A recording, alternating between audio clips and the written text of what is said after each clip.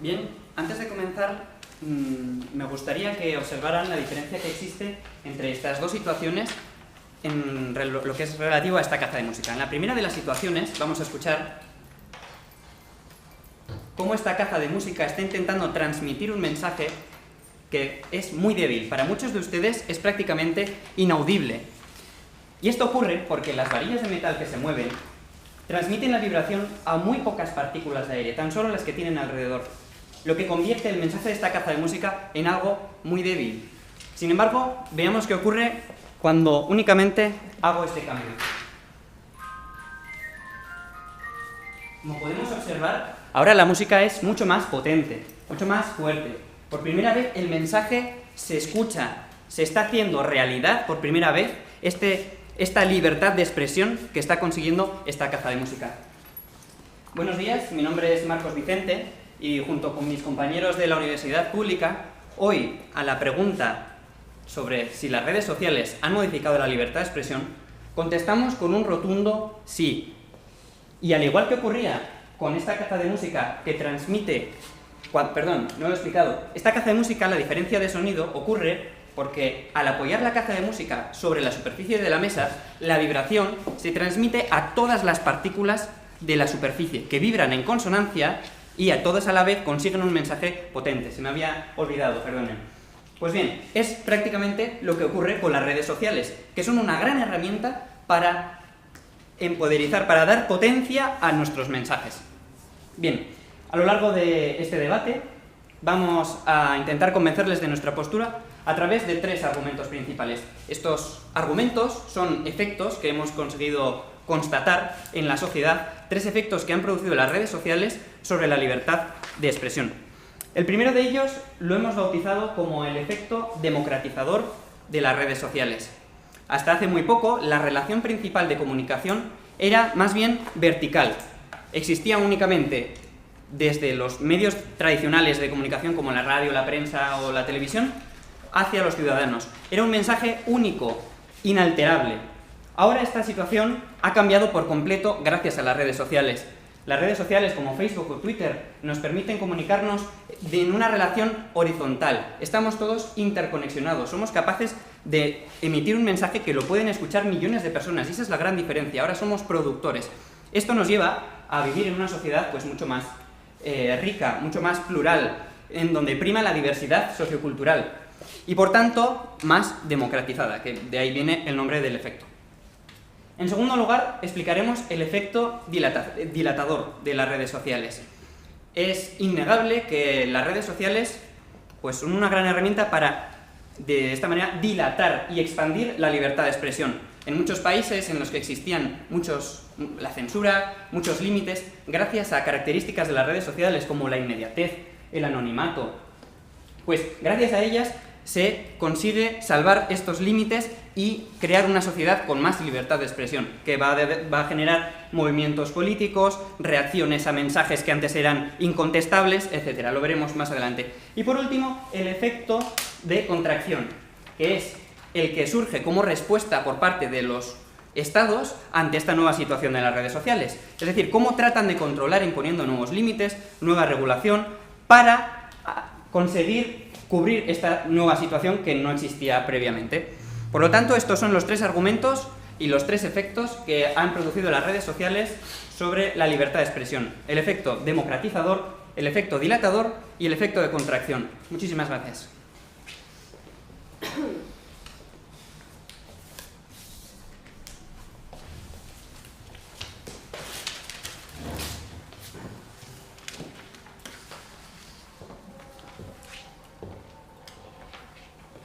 Buenos días, miembros del jurado, miembros del equipo contrario, compañeros, público asistente. Permítanme empezar mi intervención planteándoles unas preguntas. ¿Alguna vez se han preguntado cómo nos afecta la opinión pública? ¿Lo que piensa la opinión pública sobre ustedes, sobre sus familias, sobre sus hijos? ¿Se lo han preguntado alguna vez? Supongo que estarán pensando que ustedes no son personas públicas, que por tanto sus familias no son familias públicas, que dependan y que estén bajo la mirada de la opinión pública. Pero imagínense por un momento que ustedes son los jefes de Estado de un país. Imagínense que sí que están debajo de esta opinión pública. Supongo que a algunos de ustedes se les venga a la mente el nuevo presidente de los Estados Unidos y su familia, que sufre últimamente un ataque brutal en las redes sociales. Pero lamento decirles, señoras y señores, que desde que comencé mi discurso les he estado hablando de Amadeo de Saboya, que gobernó, que reinó en España entre 1871 y 1873. Con esto les quiero decir que la opinión pública es hoy y ha sido siempre una fría daga capaz de dañar a las personas públicas. Buenos días, mi nombre es Eva Bueno y junto con mis compañeros Diego Sarmiento, Alba Morán, Imanol Goicoechea y Daniel Menéndez voy a defender que la libertad de expresión no se ha visto modificada con la aparición de las redes sociales. Y para ello les vamos a presentar tres sólidos argumentos. Un argumento jurídico, un argumento social y un argumento filosófico. Comenzaré, si les parece bien, por el argumento jurídico, y es que para comprender de qué estamos hablando debemos definir el concepto de libertad de expresión. La libertad de expresión es un derecho fundamental inherente a la persona y como tal siempre ha estado regulado con independencia del medio que se emplee para ejercer dicho derecho. Este argumento se lo desarrollará a la perfección mi compañero Diego durante su turno de intervención. En segundo lugar, tenemos un argumento social, y es que las transformaciones sociales a las cuales llevamos asistiendo desde finales del siglo XX y de las cuales nos empezamos a dar cuenta en la actualidad, no son consecuencia de las redes sociales, son consecuencia del neoliberalismo, que ha conseguido desligar las relaciones profesionales de los compromisos éticos, quedando estas relaciones laborales sometidas a los intereses del libre mercado global. Sí que es cierto que se ha facilitado el acceso a la información, pero esto solo ha conseguido perpetuar una estratificación social. La capacidad de interactuar, la democratización del acceso a la información no son más que un espejismo. Y en último término, nuestra libertad de expresión sigue estando sometida a los intereses de los movimientos políticos que imperan en este momento en el país del que estemos hablando. En tercer lugar, tenemos un argumento filosófico, y es que sí que es verdad que las redes sociales nos proporcionan una mayor capacidad de comunicación, pero a pesar de esto siempre han existido distintas versiones de la historia, y en último término, la que prevalece es la de los grupos económicamente más poderosos, y esto ha sido así siempre. Sí que es verdad que las redes sociales nos proporcionan una serie de feedbacks, nos podrían dar una transparencia interpersonal muy importante, pero esto es realmente inalcanzable y al final la libertad de expresión siempre ha estado sometida, siempre ha estado regulada por la censura que nos imponen los grupos políticos que nos gobiernan.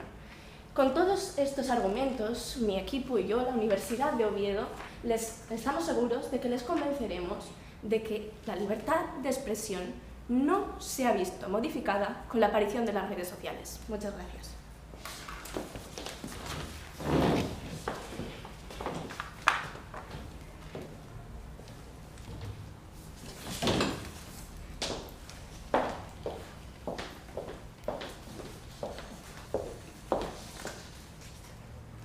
Buenos días. En primer lugar, me gustaría comentar ciertos aspectos que ustedes han esgrimido en su introducción. Y es que, primeramente, de una manera muy audaz, han comparado o han querido comparar la situación de Amadeo de Saboya con la de Donald Trump. Y es que nosotros, precisamente, lo que les demostraremos es que no es lo mismo las críticas que se podían dar en aquella época que las que se pueden dar ahora. Es decir, cuando una persona de a pie criticaba a Amadeo de Saboya, podía llegar al ciudadano que tenía al lado. Podía llegar a sus familiares, a su entorno, pero no podía ni traspasar fronteras, ni podía llegar a miles de personas. Es que precisamente es lo que ahora yo puedo hacer si critico a Donald Trump. Es decir, ¿de qué sirve que a mí me reconozcan un derecho si no lo puedo ejercer? Les voy a poner un ejemplo muy claro, y es el ejemplo de la educación. En el siglo XIX podía estar reconocida la educación, pero ¿de qué servía que a mí me reconocieran la educación si no tenía dinero para poder darle uso? Si no tengo medios, ¿de qué me sirve que me lo reconozcan sobre el papel? Pues bien, precisamente, como en nuestra introducción también hemos introducido, ¿de qué me sirve que tenga derecho a la música si no tengo instrumentos para poderla hacer sonar? Por lo tanto, ¿qué se produce con la llegada de las redes sociales? Pues bien, con la llegada de las redes sociales lo que se produce es una ampliación. Damos un medio a la libertad de expresión que provoca tres efectos. Un efecto democratizador, que es nuestro primer argumento. Un efecto dilatador, nuestro segundo, y nuestro tercero, un efecto de contracción. Cuanto al efecto democratizador, decimos, miren ustedes, anteriormente el sistema de comunicación era claro. Era un sistema completamente vertical. Los medios tradicionales llegaban al sujeto. ¿Qué sucede ahora? Pues bien, todo lo contrario. Se ha multiplicado, se ha democratizado.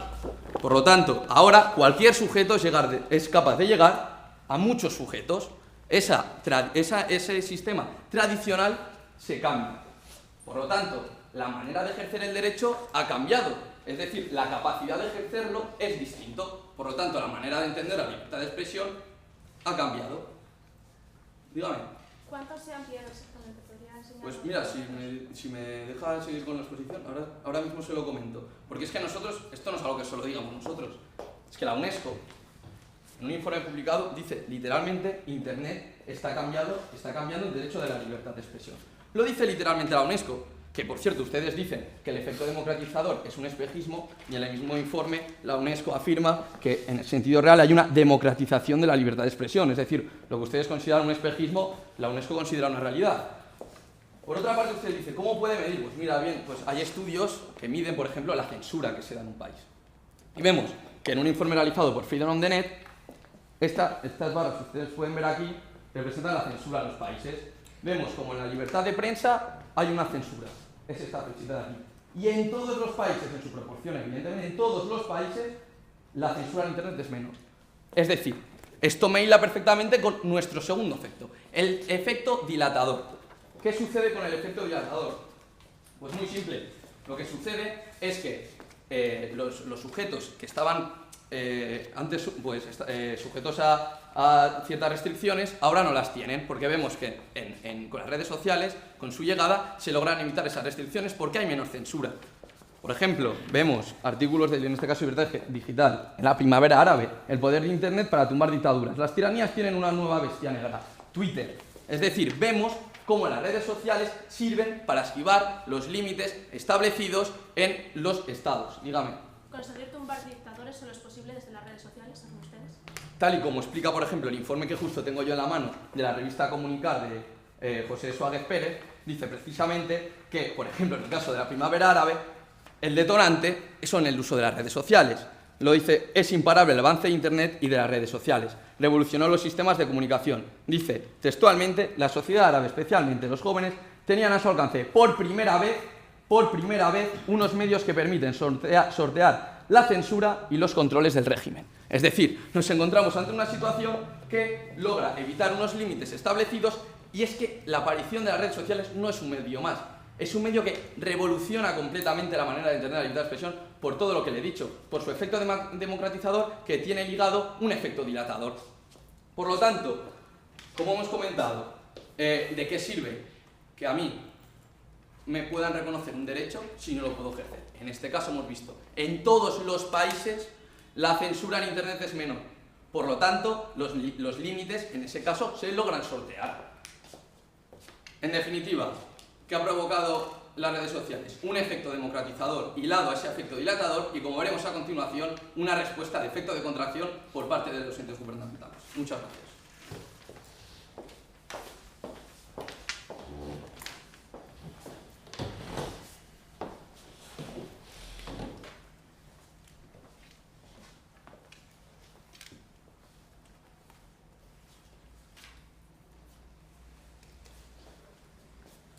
Buenos días, mi nombre es Diego Sarmiento y como primer refutador del equipo de la Universidad de Oviedo me voy a encargar de demostrarles el motivo por el cual las redes sociales no han modificado la libertad de expresión. Para ello, hemos de partir de un concepto de libertad de expresión. Nosotros entendemos por libertad de expresión el derecho a expresar nuestras ideas sin ser perseguidos por ello. El derecho a la libertad de expresión existe desde que socialmente era necesario. Vamos a remontarnos al derecho romano. En él, los ciudadanos tenían tal convicción de la existencia de este derecho que incluso aunque no les fuera reconocido legalmente, lo podían invocar. Esto se debía a algo muy sencillo. El derecho nacía como noción social, pero automáticamente se convertía en idea política gracias a dos conceptos: la libertad y la república, el no estar sujetos a una situación de tiranía. Esto hace que no podamos entender la libertad de expresión como algo banal, que se pueda modificar por algo tan sencillo como un canal de comunicación más, como las redes sociales. Dígame. Si la libertad de expresión es un derecho inherente, por tanto, ¿está diciendo usted que en Corea del Norte hay libertad de expresión? De hecho, nos viene genial esta pregunta y mi compañera Alba se la va a responder después en su turno de refutación, porque tenemos una evidencia que le va a solventar esa duda enseguida. Pero es que no solo esto, señores, les voy a mostrar una sentencia del Tribunal Superior de Justicia de Castilla y León. Es el caso de un trabajador, Francisco. Trabajaba en una empresa y en un momento dado, por discrepancias con la misma, decidió publicar unos comentarios que en ese momento había considerado a juicio, eran considerados a juicio del tribunal difamatorios y amenazantes. Fue despedido por ello. Pero ¿saben cuál es el motivo por el cual el tribunal consideró que ese despido era procedente? Porque se había roto la buena fe contractual y para ello utilizó argumentos de sentencias del Tribunal Constitucional y del Tribunal Supremo que van desde los años 83 al 96. Exactamente los mismos criterios que se aplicaban antes son aplicados con las redes sociales. Sí, dígame. Y cuando se realiza una modificación del Código Penal para incluir en el artículo 510 y 578 del mismo una modificación por la cual se establece una mayor pena para los insultos en redes sociales, ¿no se está modificando acaso? Lo que se está haciendo es tipificar los delitos informáticos, pero no solo en las redes sociales, se está haciendo en Internet en general. No es algo que sea inherente a las redes sociales. El problema es que no son capaces de demostrar el nexo causal entre la red social e Internet. Si me permite, voy a continuar porque necesito acabar los argumentos. Como les explicaba, también tenemos un argumento social. En él les voy a hablar de este libro. Zygmunt Bauman, en La modernidad líquida, nos explica que se han derretido los sólidos, que el núcleo de poder que estaba concentrado en un solo sitio ahora está en manos de la sociedad. En una sociedad que... Pero es que, señores, este libro ha sido publicado en el año 2000. Esta sociedad que describe Zygmunt Bauman es anterior a la aparición de las redes sociales. Pero no solamente eso. Nosotros no podemos decir de ninguna manera que en el transcurso de un gran número de años se haya visto modificada la libertad, que no se haya visto modificada la libertad de expresión.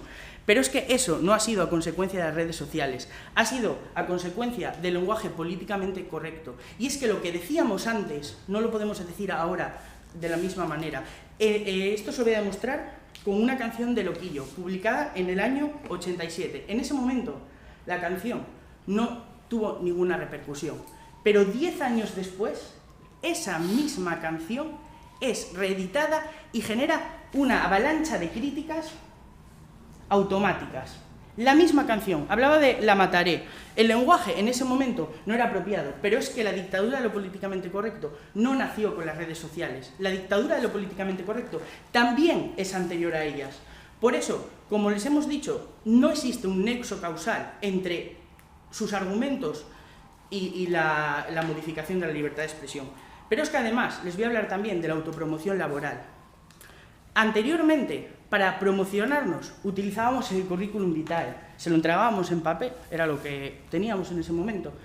En la actualidad es exactamente lo mismo, porque ahora utilizamos nuestro perfil de Facebook o nuestro perfil de una red social cualquiera para contar lo mismo.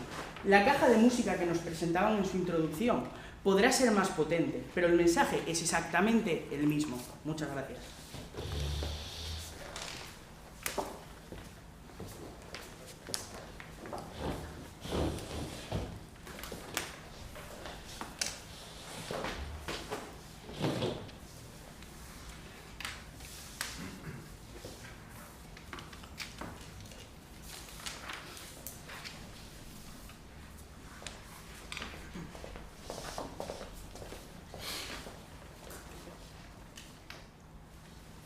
Realizaba una pregunta anteriormente en el turno de primera refutación en contra y le preguntaba a nuestros compañeros si cree que hay libertad de expresión en Corea del Norte. Y sin embargo no se han atrevido a contestar. Han esperado y han dicho, ya contestarán la segunda refutación en contra, que así de paso, ya que no tenemos una intervención en la que podamos contestar, no nos pueden decir nada. Sin embargo, me voy a adelantar y le voy a demostrar que en Corea del Norte no hay libertad de expresión. Y no es que se lo vaya a decir yo, es que se lo va a decir un informe de Reporteros Sin Fronteras, que afirma que no hay libertad de prensa. Si quiere, tengo una evidencia también que evidencia que no hay libertad de expresión en Internet, y afirma que, por lo tanto, la situación en Corea del Norte en cuanto a libertad de expresión es muy grave. Por lo tanto, esto contradice precisamente el planteamiento que hacen de base nuestros compañeros, que nos dicen, bueno, puede que se hayan modificado algunas cosas, pero la esencia permanece.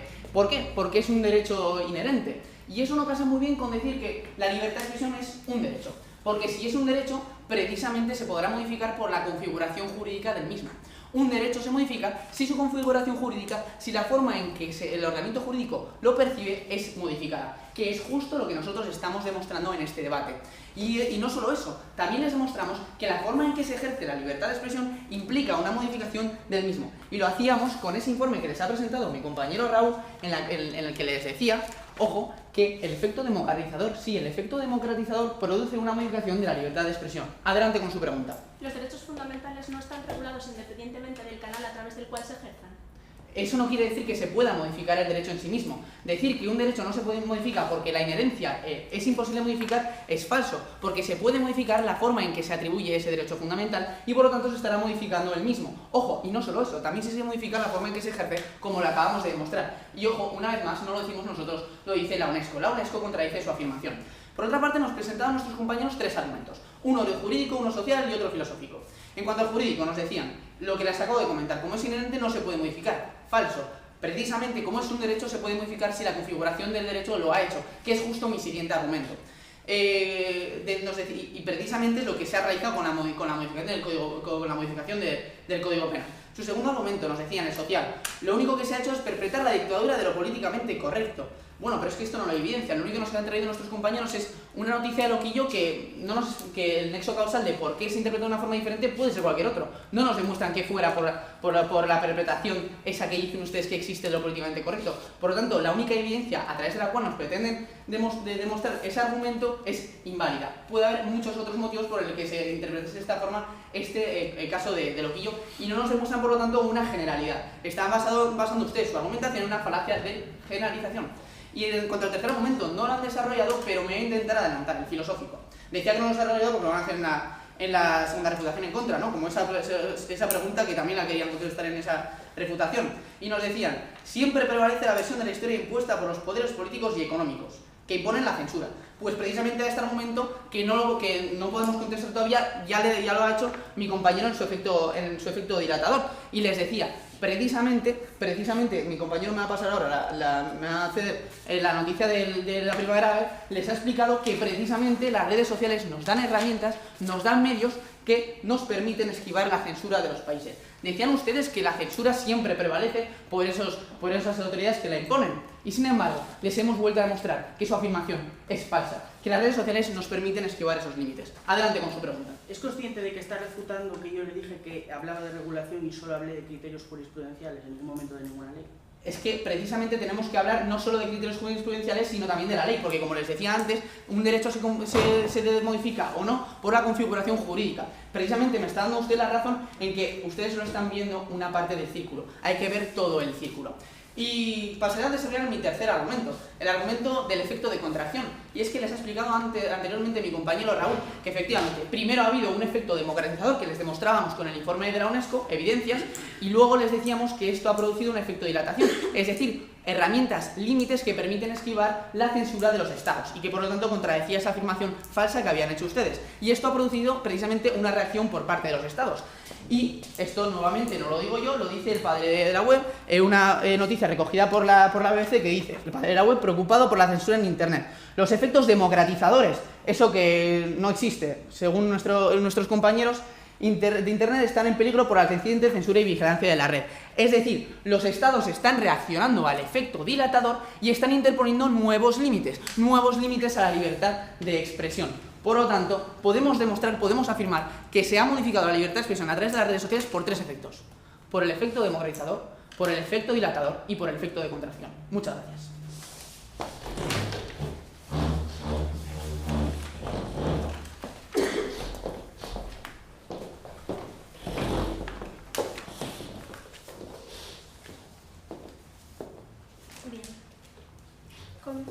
nombre es Alba Morán y voy a dar el segundo turno de refutación de la Universidad de Oviedo. Estaban ustedes profundamente preocupados por la ausencia de respuesta a su pregunta, que ahora les voy a contestar. Sobre la primavera encajó... Ah, sí, ya recuerdo, perdón. La libertad de expresión en Corea del Norte se ha visto limitada. Y ustedes decían, bueno, gracias a las redes sociales podemos eludir la censura. ¿En Corea del Norte pueden hacer uso de las redes sociales? ¿Existe en Corea del Norte algún mecanismo para que la población pueda eludir la censura? Me temo que no. Pero no solo es que no exista en Corea del Norte, sino que en este informe de la UNESCO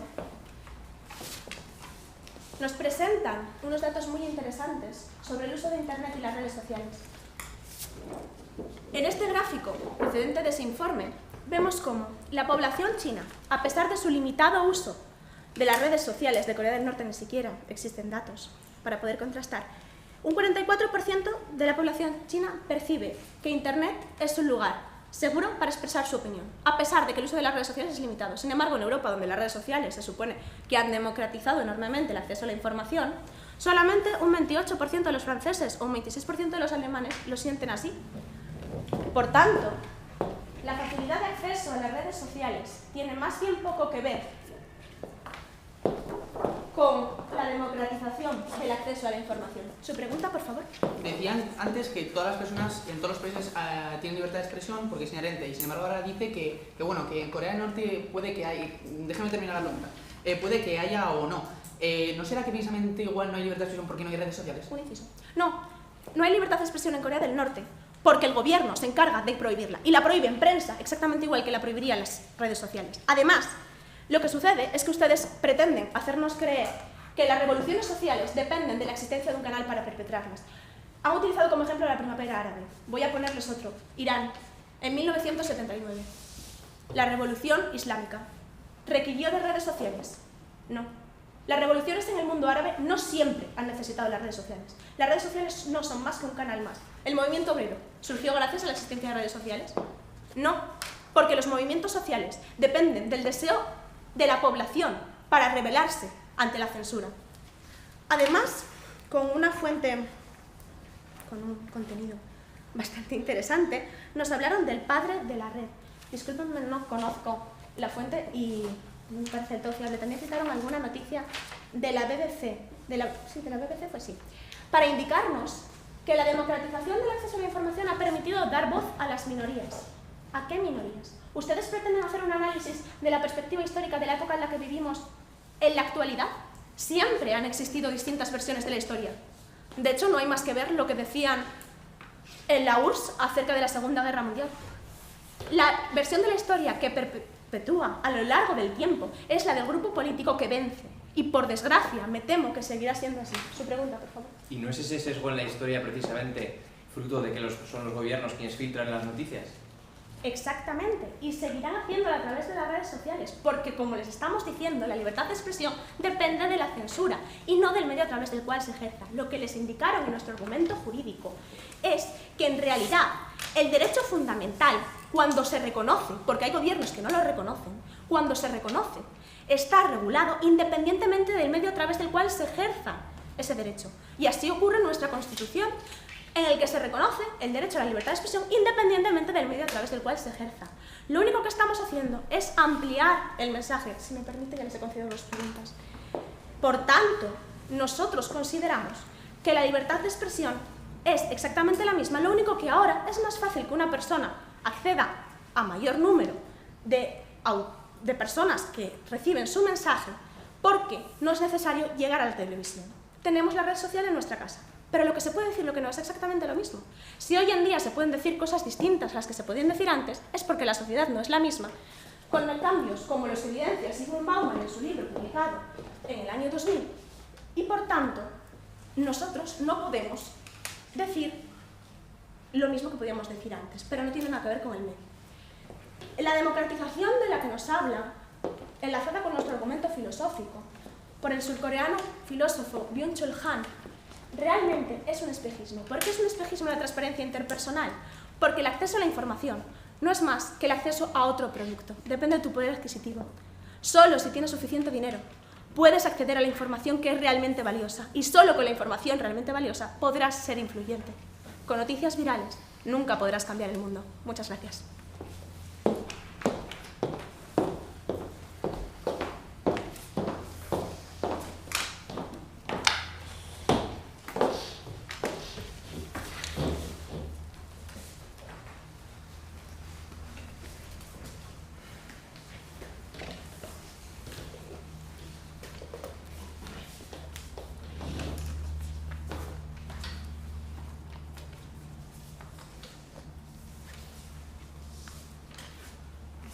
Antes de comenzar mi intervención, me gustaría agradecer a mis compañeros y en conjunto nos gustaría agradecer a la Universidad de Oviedo por darnos la oportunidad de estar hoy aquí, a la Universidad de las Islas Baleares por organizar esta Liga Nacional de Debate. Hoy aquí hemos escuchado una serie de argumentos, en su caso efectos. En ambas posturas, para la pregunta, ¿han modificado las redes sociales la libertad de expresión? El día en que mi equipo leyó esa pregunta por primera vez, fue muy rotunda la respuesta. Por supuesto que no. ¿Y por qué sabemos que no? Porque se lo hemos demostrado con 3 sólidos argumentos que les han venido defendiendo mis compañeros desde la introducción. Un argumento jurídico, un argumento social, un argumento filosófico. Ustedes nos han utilizado 3 efectos: efecto democratizador de las redes sociales, efecto dilatador y efecto de contracción. Los mencionaré a lo largo de mi intervención. Comenzamos con un argumento jurídico que les defendió mi compañero Diego y mi compañera Eva en la introducción.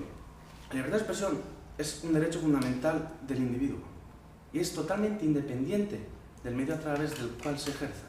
Y eso yo creo que todo el mundo lo puede tener claro. El derecho a la libertad de expresión, como bien les ha expresado mi compañero Diego, con su argumento sobre la historia romana, es muy claro. Y lo que nos describe es que el derecho existe desde que se necesita, no hay más. No podemos entender la libertad de expresión como algo banal que se pueda modificar por la mera aparición de las redes sociales. Es una idea que no le encontramos ningún sentido.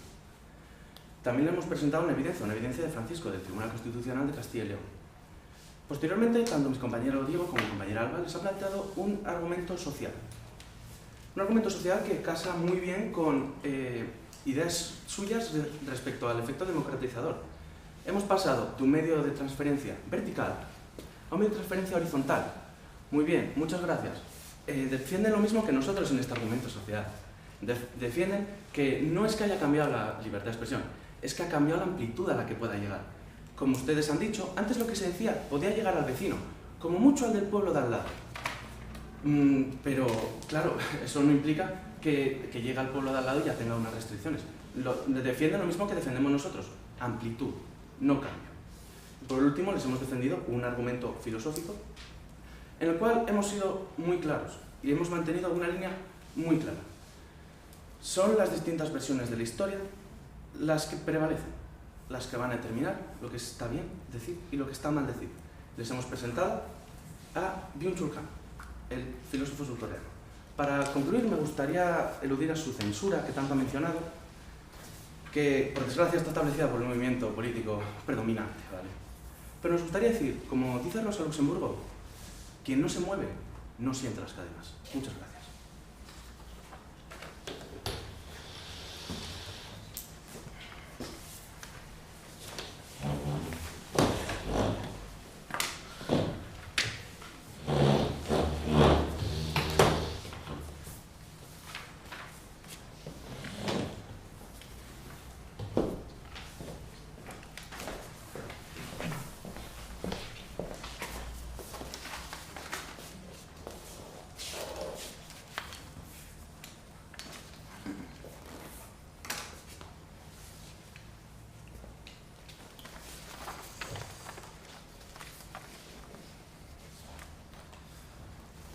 Buenas tardes, mi nombre es Íñigo de Carlos. En primer lugar, en nombre del equipo de la Universidad Pública de Navarra, queremos agradecer al jurado, al árbitro, al equipo técnico y al público, así como al equipo de Oviedo, por hacer posible este debate que de verdad ha sido realmente interesante.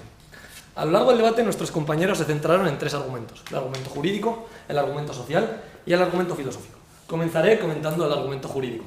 Remontándose nuestros compañeros de Oviedo al derecho romano, afirmaron que la libertad y la república, es decir, que el derecho a la libertad de expresión no se podía modificar por la mera aparición de un canal. Para ello emplearon, por ejemplo, jurisprudencia del Tribunal de Castilla y León, pero se olvidaron de la otra parte, de la aplicación de la jurisprudencia, proviene de la modificación de las leyes. Y en esta, por ejemplo, obviaron la modificación del artículo 10 del Código Penal que comentó mi compañero Jesús para precisamente incluir las redes sociales en este tema de la libertad de expresión. Además, aquí les comentamos que efectivamente un derecho inherente al ser humano se puede modificar por los canales, por la aplicación del derecho. Y esto en ningún momento lo afirmamos nosotros, sino que también nos respaldamos en un informe de la UNESCO, que en esto algo tiene que ver. En segundo lugar, su argumento social, comenzaron hablando del neoliberalismo, la ruptura de la ética y el compromiso de trabajo. Y nuestro compañero Diego citó a Zygmunt Bauman, y permítame hacerle un homenaje póstumo, ya que falleció este año. Zygmunt Bauman es considerado precisamente un visionario porque en el año 2000 efectivamente predijo el poder que las redes sociales iban a otorgar a la gente de a pie, que es lo que decimos nosotros en el argumento del efecto democratizador. Por lo tanto, aquí vemos que también, no nos lograron convencer. En segundo lugar, hablaron de la moderación de lo políticamente correcto. Sin embargo, les exigimos una demostración de nexo causal que nosotros no vimos, por lo tanto, tampoco consideramos este argumento como válido. Y en tercer lugar, en el argumento filosófico, nuestros compañeros de Oviedo se mostraron especialmente preocupados por cómo vamos a hacer historia, cómo vamos a pasar a la historia. Y precisamente les queremos contestar que las redes sociales son lo que nos están permitiendo hacer historia. ¿Por qué? Por efectos como la primavera árabe, que el informe de la revista Comunicat cita expresamente solo plausible gracias a las redes sociales. Por tanto, en este sentido también estamos de acuerdo. Además, nuestra compañera Alba habló de un sesgo dependiente de la censura. Por tanto, si, como señala el informe de la revista Comunicat, las redes sociales nos permiten evitar la censura, estaremos de acuerdo en que este problema ya se ha ido gracias a las redes sociales. Pasando a nuestra postura, efecto democratizador. Creo que no hay nada más que decir. Ruptura de la relación vertical a horizontal. Informe UNESCO, proliferación de las redes sociales de la información para todo el mundo. Cuanto al efecto dilatador, ya bien comentamos, la censura en Internet es menor que en los medios tradicionales, por lo tanto, pasando al efecto de contracción, lo que les comentamos, el padre de la web, que es el creador de Internet, está preocupado por la censura y todos estos argumentos que hemos ido comentando. Y comenzamos citando a la música en nuestra introducción. Y voy a acabar con una frase de Leonard Bernstein que trata sobre la música, pero es muy aplicable a las redes sociales. La música puede dar nombre a lo innombrable y comunicar lo desconocido. Precisamente esto, compañeros, es lo que ha hecho las redes sociales, modificando la libertad de expresión. Muchas gracias.